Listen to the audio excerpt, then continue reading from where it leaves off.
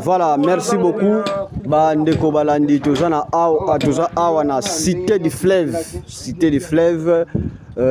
place tozoyo kaka makelele ezali kobima, place bazoya kokanga kabatu yango émission luwa bidilu biankango boyo kakolela ya population tokiti na terrain pour que to vivre réalité. Eza pe journée moko ya chance tokutani na bandeko o ba kangaki. Merci beaucoup na maire de la ville parce que maire de la ville a lobby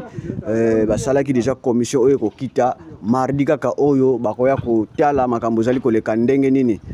malgré ba commission pe belesi ekita déjà awa et donc oyo commission oyo zo salema mardi oyo eza 7e commission 7e commission 7e commission oyo zali oyo kokita mardi awa. Donc eza place moko bino moko bozo landaka déjà place moko zo sala makelele owebeka na ba acheteur ba occupant na français donc ba acheteur bato ba sombi ba parcelle hein. Donc moi mbilinga moko eza awa alors bino nde bato bakangaki biso bato bakangaki ezalaki ndenge nini? Bon biso tozalaki likolo ya sabotage tozokanga mabele restaurant babengi biso bokita na se bandeko bazali na sea ba musu bakimaki biso pe tokimaki mais ingénieur abengaki biso tozongaki wana po wala bayi bakokanga mutu te tant tokomi wana tokiti de awa na se de telemi awa bakongolo baniki okoleka na molongo totya bango basinga bakangi biso 2 ans de tosi pe nzela tobandi kokende tokomi biso na se kuna tosi bandeko mosusu tobimiti na pont tofandi wana vers ba 17h boye so kanza ba libérer biso tofandi kaka wana bazwi mituka otokenda auditorat supérieur kuna tokendaki kuna tolalaki na bambongo tozalaki nango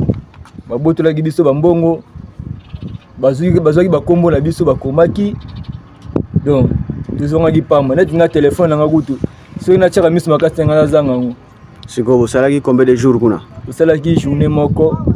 kamso mercredi tobimaki vendredi na ba 11h ingénieur bango nde bakomaki di samedi bobimaki ofele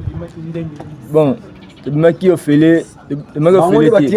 biso batikaki biso na ingénieur bango nde bafutia bango mbongo $100 ado bino bambulumbulu ya pambala biso neti bambongo na biso wana o bazwaki wana neti yango nde topesaki mpo tobimela neti na bongo sikoyo biso nde bakangaki biso. Nini ozosenga na bakonzi ya l'État? Bon nga ozosenga na bakonzi ya l'État baveye malamu na mboka biso tant tosala musala eza teke baya kokanga biso po biso toza ba innocent toza ba technicien tolelaka na musala oyo tosalaka eza teke ntango oye na musala na yo oyebi no likambo te bango baya kokanga yo bongo ezala kitoko te yango mokonzi ya mboka asala pena makasi na musala na ye.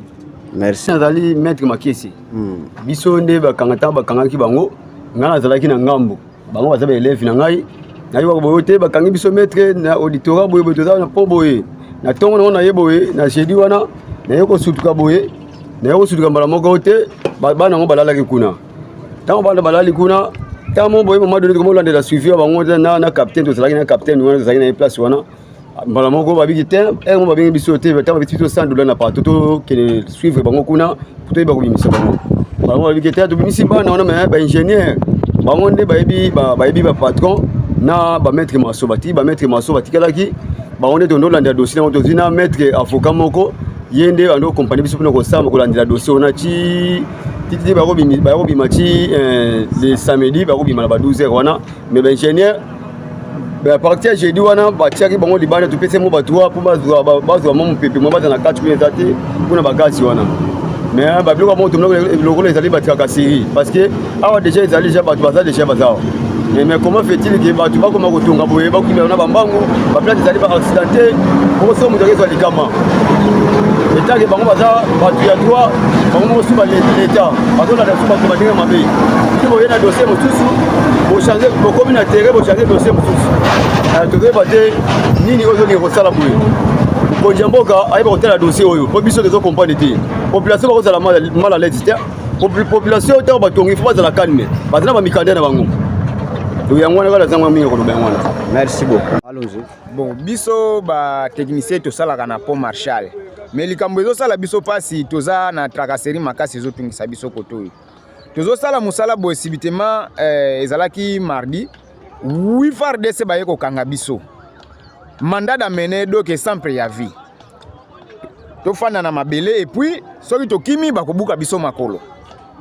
et puis balongoli biso ba téléphone bambongo tutu bakonfiske yango mwa tobenga ata meme bisika tokutaka eza te bazwi biso wana subitement tin tokise trouver na boloko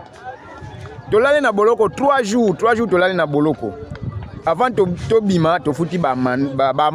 amende tofuti ya ba 200 000 siko toyebi